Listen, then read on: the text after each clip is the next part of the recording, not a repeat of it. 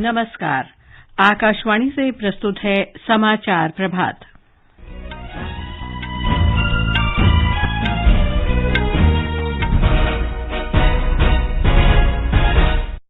प्रधानमंत्री नरेंद्र मोदी संयुक्त अरब अमीरात के लिए रवाना हो गए हैं। वे भारत और यूएई के बीच सहयोग बढ़ाने के लिए राष्ट्रपति शेख मोहम्मद बिन जायद अल नाहयान से मुलाकात करेंगे।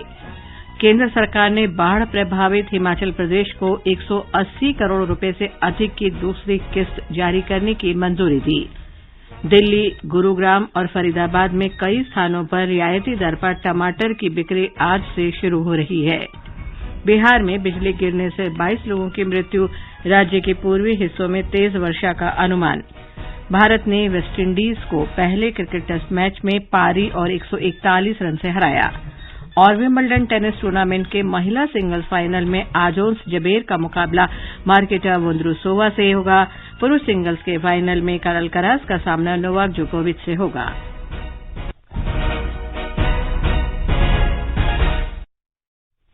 समाचार प्रभात के साथ मैं लवली निगम। प्रधानमंत्री नरेंद्र मोदी फ्रांस की 2 दिन की सफल यात्रा के बाद संयुक्त अरब अमीरात के लिए रवाना हो गए हैं। प्रधानमंत्री की संयुक्त अरब अमीरात की ये 5वीं यात्रा है और इससे दोनों देशों के बीच द्विपक्षीय संबंधों में मजबूती आएगी। प्रधानमंत्री मोदी की इस यात्रा से दोनों देशों के बीच सहयोग के नए अवसर उपलब्ध होने और संबंधों को आगे ले जाने की उम्मीद है। इससे पहले प्रधानमंत्री 2015, 18, 19 और 2022 में संयुक्त अरब अमीरात गए थे और दोनों देशों के बीच संबंध मजबूत करने की आधारशिला रखी थी। ब्यौरा हमारे संवाददाता से। संयुक्त अरब अमीरात भारत का प्रमुख व्यापारिक भागीदार है और दोनों देशों ने वर्ष 2030 तक द्विपक्षीय व्यापार $100 अरब तक ले जाने का लक्ष्य तय किया है। प्रधानमंत्री नरेंद्र मोदी की इस यात्रा से दोनों देशों के संबंध और मजबूत होने की उम्मीद है। श्री मोदी संयुक्त अरब अमीरात के राष्ट्रपति मोहम्मद बिन जायद अल नाहयान तथा अन्य वरिष्ठ अधिकारियों से मुलाकात करेंगे और फिनटेक, व्यापार, निवेश, ऊर्जा, सुरक्षा तथा जलवायु परिवर्तन के क्षेत्रों में सहयोग बढ़ाने के तौर तरीकों पर चर्चा करेंगे। इस यात्रा से संयुक्त अरब अमीरात की अध्यक्षता में COP28 और भारत की अध्यक्षता में G20 के संदर्भ में कई वैश्विक मुद्दों पर बातचीत करने का अवसर मिलेगा। प्रधानमंत्री की यात्रा के दौरान दोनों देशों के बीच कई समझौतों और सहमति पत्रों पर हस्ताक्षर होने की उम्मीद है। इन समझौतों से व्यापार और निवेश में तेजी आने, आर्थिक विविधीकरण को बढ़ावा देने तथा अन्य क्षेत्रों में सहयोग बढ़ने की उम्मीद है। दुबई से विनोद कुमार की रिपोर्ट के साथ निखिल कुमार। इससे पहले फ्रांस के राष्ट्रपति इमैनुअल मैक्रों ने कल पेरिस के लूव्र संग्रहालय में श्री मोदी के सम्मान में भोज का आयोजन किया। फ्रांस के राष्ट्रपति और प्रथम महिला ब्रिजेट मैक्रों ने श्री मोदी का स्वागत किया। इस अवसर पर श्री मोदी ने कहा कि पिछले 25 वर्षों में दुनिया को कई उतार चढ़ाव और चुनौतीपूर्ण समय का सामना करना पड़ा, लेकिन फ्रांस और भारत के बीच दोस्ती बनी रही। उन्होंने कहा कि हमारी साझेदारी वैश्विक भलाई के लिए शक्ति है। केंद्रीय उपभोक्ता कार्य सचिव रोहित कुमार सिंह ने कहा है कि दिल्ली, गुरुग्राम और फरीदाबाद में विभिन्न स्थानों पर आज से रियायती दर पर टमाटर की बिक्री की जाएगी। एक ट्वीट में उन्होंने कहा कि लखनऊ और कानपुर में भी सुबह 11 बजे से 15 मोबाइल वाहनों के जरिए ये बिक्री की जाएगी। केंद्र सरकार ने टमाटर की बढ़ती कीमतों पर काबू पाने के लिए आंध्र प्रदेश, कर्नाटक और महाराष्ट्र से इसके खपत वाले केंद्रों के लिए टमाटर की सीधी खरीद के निर्देश दिए थे। उपभोक्ता कार्य विभाग ने भारतीय राष्ट्रीय कृषि सहकारी विपणन संघ और राष्ट्रीय सहकारी उपभोक्ता संघ से 3 राज्यों में टमाटर की सीधी खरीद करने और खपत वाले बड़े केंद्रों में वितरित करने को कहा है। उपभोक्ता कार्य मंत्रालय ने कहा है कि टमाटर की पौध लगाने और इसके विभिन्न क्षेत्रों में अलग अलग समय पर पैदावार होने के कारण टमाटर की कीमतें बढ़ी हैं।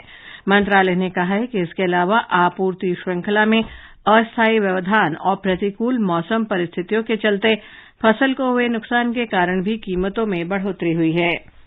ये समाचार आकाशवाणी से प्रसारित किए जा रहे हैं। ताजा समाचार जानने के लिए आप हमारे Twitter handle @AIR News Hindi को फॉलो कर सकते हैं। केंद्रीय गृह मंत्री अमित शाह ने वर्ष 2023-24 के लिए राष्ट्रीय आपदा मोचन कोष के अंतर्गत हिमाचल प्रदेश को 180 करोड़ रुपए से अधिक की दूसरी किस्त जारी करने की स्वीकृति दे दी है। बाढ़ से प्रभावित लोगों की मदद के लिए सरकार ने राहत कार्यों के लिए राज्य आपदा मोचन कोष से हिमाचल प्रदेश को 2 अरब 20 करोड़ रुपए की केंद्र की हिस्सेदारी की पहली किस्त पहले ही जारी कर दी है। गृह मंत्रालय ने एक बयान में कहा है कि धनराशि जारी होने से राज्य सरकार को मानसून के दौरान बाढ़ प्रभावित लोगों के राहत कार्यों के लिए राज्य सरकार को मदद मिलेगी। केंद्र सरकार ने स्थिति का तत्काल आकलन करने और हिमाचल प्रदेश सरकार के राहत कार्यों में मदद के लिए अंतर मंत्रालय केंद्रीय दल गठित किए गए हैं। केंद्रीय दल 17 जुलाई से प्रभावित स्थानों का दौरा शुरू करेगा। बिहार में पिछले 12 घंटों में बिजली गिरने की घटनाओं में कम से कम 22 लोगों की मृत्यु हो गई है। राज्य के अधिकारियों ने बताया है कि अरवल और रोहतास जिलों में 8 लोगों की जान गई है, जबकि औरंगाबाद तथा पूर्वी चंपारण में 2 लोगों की मृत्यु हुई है। कैमूर, किशनगंज, बांका, सिवान, नालंदा, अररिया, सीतामढ़ी, मुजफ्फरपुर, वैशाली और सारण जिलों में बिजली गिरने से एक व्यक्ति के मारे जाने की खबर है। घटना के समय ये सभी लोग खेतों में काम कर रहे थे। मुख्यमंत्री नीतीश कुमार ने इन घटनाओं में लोगों की मृत्यु पर दुख व्यक्त किया है। उन्होंने मृतकों के परिवारों के लिए 4-4 लाख रुपए की अनुग्रह राशि देने की घोषणा की है। इस बीच मौसम विभाग ने राज्य के पूर्वी हिस्सों में आज मूसलाधार वर्षा होने की संभावना जताई है। विभाग ने तेज हवा चलने और बिजली गिरने के दौरान लोगों से बाहर न निकलने की चेतावनी दी है। उधर गुजरात के कच्छ और बनासकांठा जिलों में चक्रवात बिपरजॉय के कारण हुए नुकसान की भरपाई के लिए राज्य सरकार ने किसानों के लिए 240 करोड़ रुपए के राहत पैकेज की घोषणा की है। राज्य के कृषि मंत्री राघव जी पटेल ने कल गांधीनगर में संवाददाताओं को बताया कि चक्रवात के कारण अकेले कच्छ और बनासकांठा में 1,30,000 हेक्टेयर क्षेत्र में फसलों और पेड़ पौधों को नुकसान पहुंचा था। एक रिपोर्ट। बहुवर्षीय बागवानी फसलों के 10 से 33% तक पेड़ उखड़ने या गिरने या नष्ट होने पर विशेष मामले के तहत राज्य कोष से किसानों को 25,000 रूपए प्रति हेक्टेयर की सहायता दी जाएगी। 33% या उससे अधिक पेड़ उखड़ने, गिरने या नष्ट होने के मामलों में किसानों को अधिकतम कुल 1.25 लाख रूपए प्रति हेक्टेयर के हिसाब से सहायता मिलेगी। किसानों को प्रति खाता अधिकतम 2 हेक्टेयर की सीमा में यह राशि मिलेगी। जिन किसानों का नाम सर्वेक्षण टीमों द्वारा सूची में जोड़ा गया है वे मुआवजे के पात्र होंगे। अपर्णा खुन, आकाशवाणी समाचार, अहमदाबाद।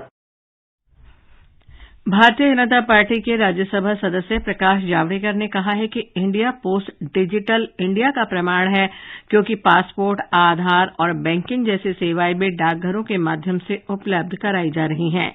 श्री जावड़ेकर ने कल शाम पुणे में डाक विभाग की महिला सम्मान बचत प्रमाण पत्र योजना और महादेव कुली जनजाति पर 2 विशेष कवर का उद्घाटन करते हुए कहा कि पिछले 9 वर्ष में प्रधानमंत्री नरेंद्र मोदी के कुशल नेतृत्व में कई क्षेत्रों का कायाकल्प हुआ है।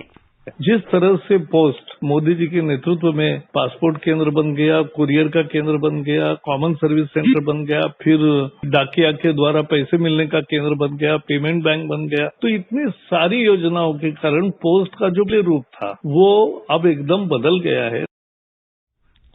श्री जावड़ेकर ने महिला सम्मान बचत योजना को लोकप्रिय बनाने में योगदान देने वाले इंडिया पोस्ट के कर्मचारियों को सम्मानित भी किया। केंद्रीय नागरिक उड्डयन मंत्री ज्योतिरादित्य सिंधिया ने कल नई दिल्ली में अंतर्राष्ट्रीय हवाई अड्डे पर नए रनवे और दोहरे मार्ग वाले एलिवेटेड टैक्सीवे का उद्घाटन किया। इस अवसर पर श्री सिंधिया ने कहा कि प्रधानमंत्री नरेंद्र मोदी के नेतृत्व में नागरिक उड्डयन क्षेत्र न केवल परिवहन क्षेत्र में योगदान दे रहा है, बल्कि भारत की आर्थिक शक्ति के उदय में एक प्रमुख प्रवर्तक भी बन रहा है। भारत में एक नई ऊंचाई दिल्ली के एयरपोर्ट के द्वारा छू रहा है। ईस्टर्न क्रॉस टैक्सीवे का लोकार्पण किया गया है। 2 kilometre long eastern cross taxiway. इस पर क्षमता है 2 एयरबस 380 या बोइंग 777 को लेने के लिए, और जो सपना भारत के वासियों ने कई सालों से देखा था आज साकार हो रहा है। डोमिनिका में भारत ने वेस्टइंडीज को पहले क्रिकेट टेस्ट मैच में पारी और 141 रन से हरा दिया है। भारत की ओर से रविचंद्रन अश्विन ने 7 और रविंद्र जडेजा ने 2 विकेट लिए। दूसरा क्रिकेट टेस्ट मैच 20 जुलाई से पोर्ट ऑफ स्पेन में खेला जाएगा। विंबलडन टेनिस टूर्नामेंट के महिला सिंगल्स के फाइनल में आज 6ठी वरीयता प्राप्त ओन्स जबेर का मुकाबला चेक गणराज्य की मार्केटा वोंद्रोसोवा से होगा। इससे पहले कल सर्बिया के नोवाक जोकोविच और स्पेन के शीर्ष वरीयता प्राप्त Carlos Alcaraz Wimbledon tennis tournament के पुरुष सिंगल्स के फाइनल में पहुंच गए हैं। फाइनल में कल अल्काराज का सामना दूसरी वरीयता प्राप्त नोवाक जोकोविच से होगा। ये समाचार हमारी वेबसाइट newsonair.gov.in/हिंदी पर भी उपलब्ध हैं। और अब समाचार पत्रों की सुर्खियों के साथ हैं मुकेश कुमार। धन्यवाद लवलीन। चंद्रयान 3 के कल श्रीहरिकोटा के सतीश धवन अंतरिक्ष केंद्र से सफलतापूर्वक प्रक्षेपण की खबरें आज सभी अखबारों में सचित्र छाई हुई हैं। राष्ट्रीय सहारा की सुर्खी है, चांद की ओर चंद्रयान।